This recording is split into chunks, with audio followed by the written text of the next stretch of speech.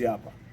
Ninyi mna ofisi hapa, mna nyumba nyingine iko upande wa pili pale, na kuna sehemu nyingine. Ofisi zenu ziko mbili, jumla mna ofisi 3. Wenzenu, vijana wenzenu wamelalamika na wazazi wao wamelalamika kwenye ofisi yetu ya mkuu wa wilaya, na sisi tumekuja tumejiridhisha kuona hapa kuna wasiwasi, kuna uhalakini kwa namna ambavyo mnaendesha shughuli zenu katika eneo hili. Biashara zote zina namna yake ya kufanya biashara na namna nzuri ya kusimamia ili iweze kwenda vizuri, ili mnunuzi asiathirike, muuzaji asiathirike. Na kwa sababu biashara yenu hii ni wanasema ni mouth to mouth marketing, mnafanya biashara ya kukutana na mtu moja kwa moja na kumuingiza kwenye mfumo wenu wa kuuza hizo bidhaa zenu. Namna ambayo inafanyika ina ukakasi.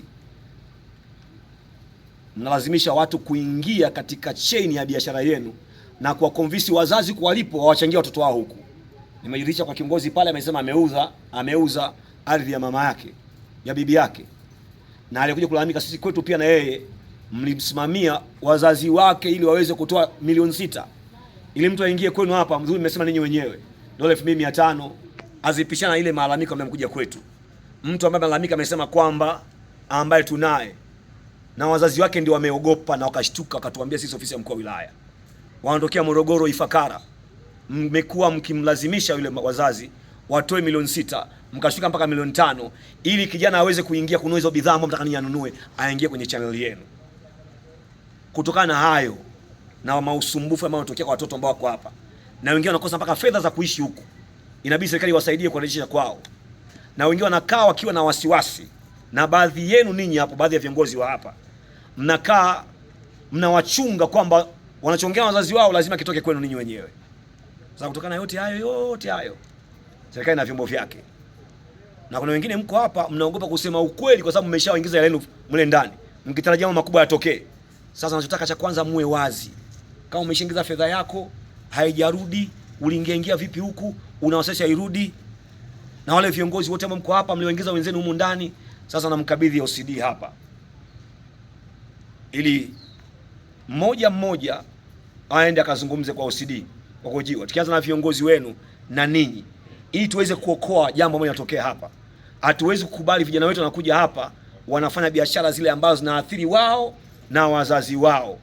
Wanatoa milioni 5 kupata 300,000 kwa mwezi. Wanatoa milioni 3 kupata 100,000 kwa mwezi. Kwa hiyo nimesikia makampuni hapo, la kwanza mmetani nyinyi wenyewe Gold Star, na ile pili Q nini nimesema. Hata Q nini? Gold Star. Nimesikia neno Q company na Gold Star. Wakati uchunguzi unaendelea kufanyika, kazi yetu tunasimamisha kuanzia sasa hapa wilaya ya Singida, ili tuokoe maisha ya vijana hawa ambao wako hapa. Taarifa ambazo nazo kwa watoto wa kike wameshindwa kuishi Singida sasa hivi, wameanza kwenda kukaa barabarani kufanya biashara ambayo sio njema kwenye jamii yetu, na walalamikiwa sasa hizi sababu mmewaleta hapa, wamekosa fedha, wanatafuta fedha mtaani ambazo zinawasumbua. Kwa hiyo usidii bwana, hao watu utaondoka nao wote na utaratibu wa kisheria bila kumuonea mtu yoyote ufuate. Wenye makosa wapelekwe mahakamani, lakini uchunguzi wako ukikamilika, ndio hiyo kampuni ya Gold Star itaweza kuendelea na kazi.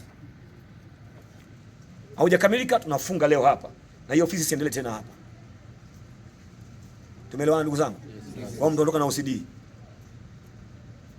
mmoja baada ya mwingine. Anza na viongozi. Nikiangalia na kuna watoto ambao wametoka wazazi wao hapa, wazazi wao kuna kila wana wasiwasi kama yule binti ambaye amekuja kulalamika kwetu. Wengine mmewasikia hawajatoa fedha mpaka sasa hivi, mnawashikilia wauze huko vitu vya kwa wazazi wao ili watoe fedha humu ndani. Sasa hatuwezi kuvumilia kufanya kazi kwa kutapeli vijana wa Kitanzania, tena mwe kufanya wilaya ya Singida ili kujinufaisha mtu mmoja, wawili, watatu.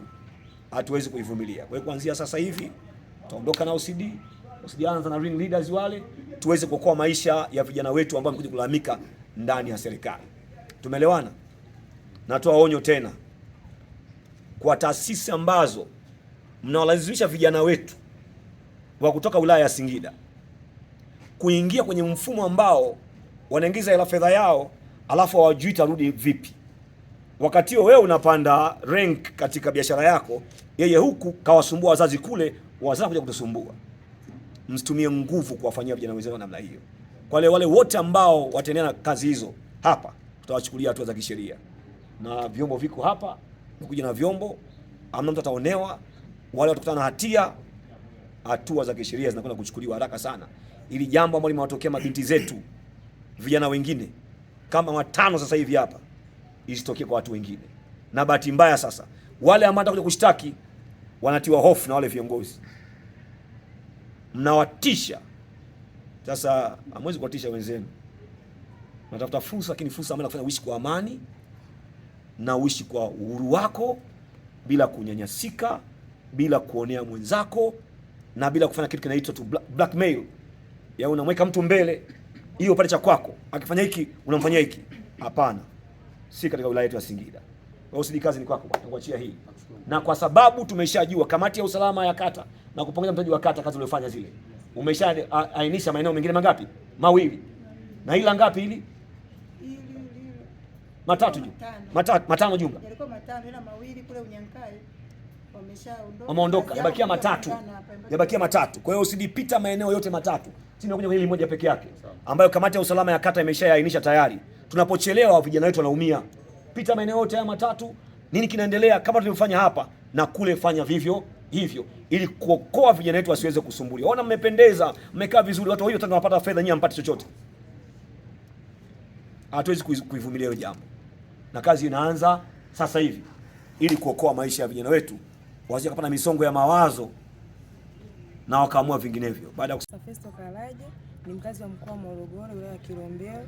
Tarehe 19 mwezi wa 4, rafiki yangu Flora alinipigia simu niweze kuja Singida kwa ajili ya kufanya kazi, ambapo aliniaminisha kuwa hiyo kazi na mshahara wake ni Laki4 kwa mwezi, lakini nilipo ripoti tarehe 20 hapo ofisini nikakuta mazingira ya kutatanisha, na pia wakaniambia natakiwa kutoa milioni 4 na Laki2 ili niweze kuingia ubia na hiyo taasisi kwa lengo la kuanza kufanya kazi hiyo yenyewe, lakini mazingira yake hayakuwa mazuri. Hivyo basi nikaweza kutoa ripoti sehemu husika, na nashukuru Mungu leo hii nimeweza kufanikiwa pia kuweza kutolewa katika mazingira haya, na wenzangu pia ambao walikuwa katika hiyo taasisi nao pia wamewekwa huru. Asante. Mazingira gani ya kutatanisha uliokuta ambao uliyashtukia ukaona hapa sio salama? Wanakuwa karibu sana na mimi, hata ile kuongea na simu nakuta sipo huru. Nikaenda sehemu fulani wanakuwa karibu na mimi, hata nyumba ya ibada pia nikaenda uwani wananisabia masaa, yani waliniingizia hofu kwa namna kama hiyo. Mfumo wa kwamba niweze kuambia wazazi kwamba wanatakiwa wanisomeshe ili iweze kujiunga rasmi hiyo taasisi, waliweza kunicholea baadhi ya vifaa ambavyo natakiwa niweze kuvisema, mfano passport size waliniambia ni Laki3, lakini pia mambo ya malazi na makazi milioni 1 na Laki5, pamoja na mambo ya field ambapo wakati nitakapokuwa nikisoma ina cost kama Laki6, na pamoja na mambo ya kata Mandewa. Kweli kwenye kata yetu kumekuwa na changamoto ya hivi vyuo holela, na hata ODC ya kawaida tulioka tarehe 1 mwezi wa 4 tulilazimika kuvitembelea, na tumevitembelea lakini tulikuwa tujavimaliza ili kutoa taarifa. Kwa hiyo kumekuwa na matukio kweli ya baadhi ya wananchi kulalamika, kunyang'anywa hela, kulazimishwa kulipa hela na kufanywa ukatili. Kwenye uchunguzi wenu ambao mmeufanya, vipo kwa kiasi gani ama kama vingapi kwenye maeneo yenu? Yaani kwenye kata yetu jumla hiki kijiji cha Mandewa viko 3, Unyankai viko 2. Japo Unyankai kuna kimoja, kuna mtu alimdhulumu mtu hela, kwa hiyo ametoroka, kile kimekufa. Na kile kingine nacho kimekufa. Kwa hapa kwenye kijiji cha Mandewa tumebaki navyo 3. Kama uongozi wa serikali za mtaa mlikuwa mmechukua hatua gani? Sisi kama kamati ya maendeleo ya kata tulichukua hatua kuvitembelea. Tulikuwa tumetembelea vyuo 2, tukawa tumebakiza hivyo 3 ili kushavitembelea tutoe taarifa kwenye kamati ya ulinzi na usalama ya wilaya.